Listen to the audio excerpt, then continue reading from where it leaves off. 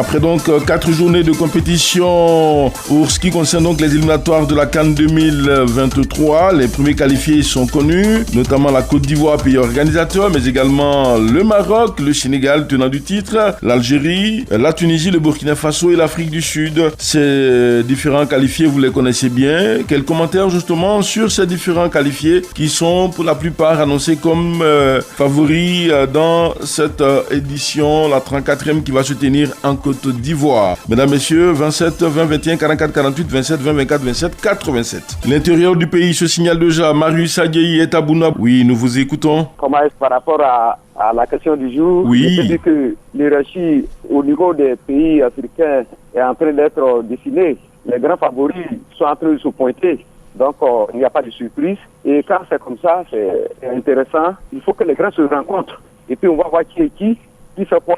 Voilà, là, comme ça, c'est très bon. Donc, on prie au Dieu pour que les grands puissent arriver au grand niveau, pour qu'on sache le vrai grand au niveau footballistique. Okay. D'accord, c'est bien noté. Prenons la direction toujours de l'intérieur du pays et retrouvons sur notre chemin à Yamoussoukro Ouattara Daman qui est à Kwangbassou. Comment vous allez? Oui, Dieu fait grâce à moi. D'accord, nous vous écoutons. Bon, monsieur Ferrand, ces pays qui sont qualifiés, attention, ils font partie des favoris. Ils ont l'habitude d'être en Coupe d'Afrique. Et quand vous regardez ici, ces 4 matchs joués déjà, attention, ils sont très bien organisés. Pourquoi ils se sont qualifiés? Déjà, ils ont déjà quelque chose de très intéressant que toutes les équipes, pour moi, doivent travailler par voir. Comme vous regardez déjà sur le plan tactique, ils sont très bien organisés parce que dans le travail offensif, ce sont des joueurs qui travaillent ensemble. Dans le travail défensif, ils sont bien organisés, hein, sur le plan mental, sur le plan technique. Quand vous prenez celle de l'équipe sénégalaise, l'entraînement montant en puissance, quand vous prenez l'équipe des Maroc, attention, on n'a même pas de commentaires à faire sur les résultats que nous voyons. Donc ça veut dire que cette Coupe d'Afrique-là, elle serait pour les grands. Et pour pouvoir aller très loin dans cette Coupe d'Afrique, il faut être très bien préparé. Parce que là, tous les grands arrivent et ces grands-là sont bien préparés,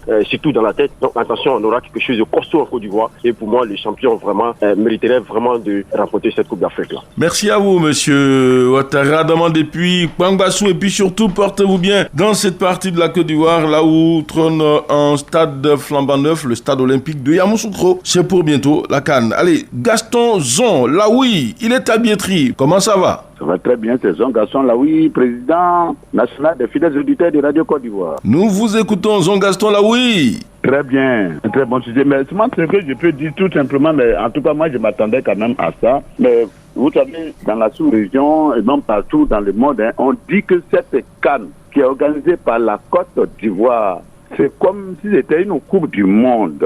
Tout le monde en parle parce que la Côte d'Ivoire s'est organisée. Tout. Et donc, vous-même, les journalistes, on vous dit grand merci parce qu'on a toutes les informations chaque jour. Et je pense que les pays qualifiés, il faut faire beaucoup attention, même ceux même qui seront dans notre pool pendant cette CAN. Parce que quand les pays organisateurs, tout le monde est contre toi. Et c'est très important. Et moi, je pense que nous-mêmes, que ce soit les supporters, que ce soit même ceux-mêmes qui sont assis, qui regardent à la maison, ne critiquons pas ni ceux-mêmes qui organisent, les joueurs aussi, de ne pas les critiquer. Et en plus, pour terminer, de ne même pas critiquer, j'allais dire l'entraîneur. C'est tout ce que j'ai à dire, mon frère de sang. Merci quand même la victoire des deux, en tout cas, rencontre de la Côte d'Ivoire, Bouaké et Comores. Merci à vous, monsieur Laoui, Zon Gaston, depuis Biétry. On a été très heureux, en tout cas, de voir le CNSU en action à Bouaké. On a donc cette rencontre entre la Côte d'Ivoire et le Comore. On espère que tout ira bien. Un autre auditeur, avant donc d'aller sur la toile retrouver nos amis internautes, nous sommes à Séguelon, précisément à Karabiri, avec monsieur Fanny Abdoulaye. Comment vous allez? Ça va un peu, avec le mois de carême, ça va un peu. Alhamdoulilah.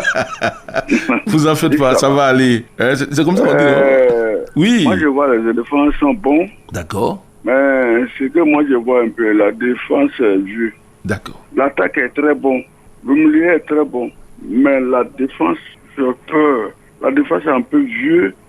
La défense est un peu lourde. Sinon, la Côte d'Ivoire pourra aller jusqu'en finale.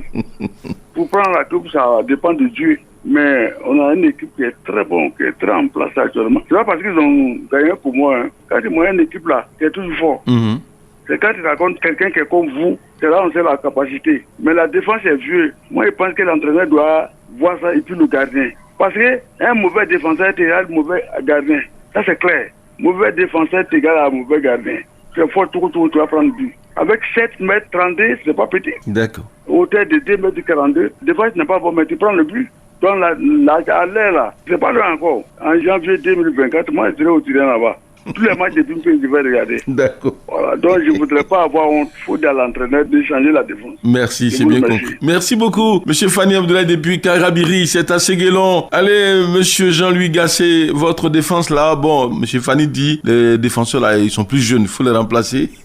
Ça va nous éviter des problèmes et des crises au terrain. On a bien compris. Faisons un tour sur la toile, oui, Monsieur Tayoumon Ouattara qui dit ceci. À mon avis, la logique a été respectée et sera toujours respectée, d'autant plus que chaque année, c'est les mêmes équipes qui se qualifient. Comme on le dit, il n'y a plus de petites équipes, mais les grands se font toujours respecter et se feront toujours respecter tant que les autres nations ne mettront pas les moyens à disposition de leurs différentes équipes nationales. Merci et surtout très bonne émission. Il nous écrit depuis Séguéla. Monsieur Koulibaly Abou dit ceci, la logique a été respectée et que cette CAN aura un niveau très élevé. C'est à nos éléphants de se mettre au travail, sinon on risque de passer à côté de notre CAN. Il nous écrit depuis donc Touba, la région de Bafing. Monsieur Koulibaly, ça dit ceci, je pense que pour le moment, il n'y a pas de favori. D'abord, tout peut changer. Même la Côte d'Ivoire va remporter cette coupe, a-t-il dit, lui qui nous écrit donc depuis Divo, Monsieur Koulibaly Issa. Monsieur Blaise Kouassi, depuis la Maraoué, Boiflé, dit ceci, tous ces qualifiés méritent bien d'être au grand banquet de la CAN 2023. Cependant, le plus grand favori reste la Côte d'Ivoire, aux Ivoiriens d'y croire et de se mettre au travail. Merci à tous. Traoré Lassina est en ligne. Dites-nous, coach, quand vous regardez cette première nation qualifiée pour la CAN qui va se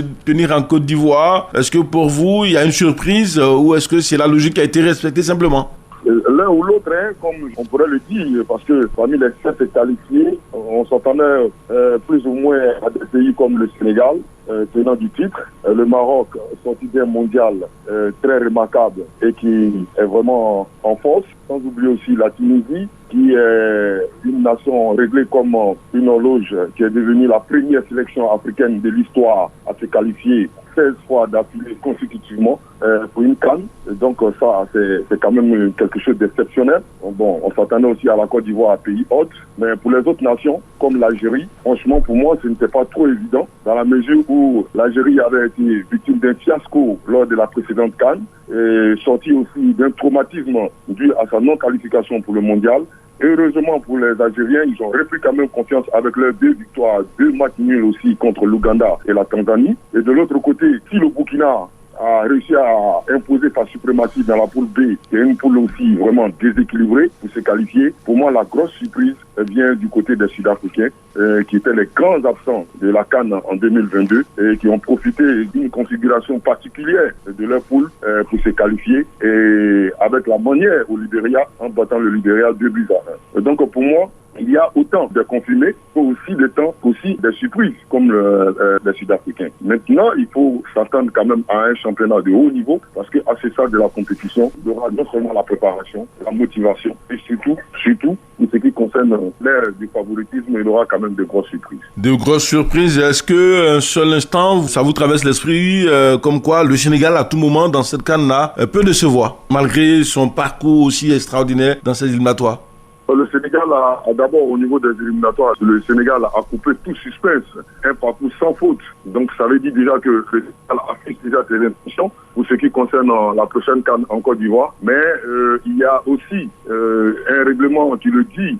Généralement, les équipes sortent victorieuses d'une CAN n'ont jamais réussi à enchaîner d'affilée leurs prestations. Et là encore, il reste à voir, parce que le Sénégal, on a vu l'Algérie qui avait effectué un parcours sans faute après avoir remporté la CAN et malheureusement l'Algérie a été éliminée au premier tour. Donc il faut vraiment faire très attention. Le grand Sénégal, dans un temps assez fort où une nation pratiquement est en train de ravager tous les trophées, n'est pas à l'abri quand même d'une grosse surprise et non des moindres. Alors que dire de l'Égypte qui ne fait pas partie justement de ces premiers qualifiés? C'est pas surprenant pour vous? Un peu, parce que après la CAN 2019, on a vu quand même une équipe égyptienne à la croisée des chemins remettre. Il y a énormément de difficultés après Mo Salah. On voit aussi quand même, malgré que les équipes qui évoluent dans le championnat égyptien sont à un haut niveau, mais franchement c'est quand même une surprise parce que mine de rien, l'Égypte c'est une grande nation du football. C'est pratiquement la même chose que le Cameroun qui a toutes les difficultés et qui s'est fait laminer par la Namibie, qui ont actuellement toutes les difficultés pour pouvoir se qualifier. Et donc je dirais quand même que si l'Égypte n'arrive pas à aller au bout de ses ambitions, ce serait vraiment une grande déception pour le football africain qui verra l'un des monstrueux vraiment ne pas être présent. Merci à vous, coach Traoré Lassina. Mesdames, messieurs, on a été très heureux d'être des vôtres. Je suis Fernand Kouakou.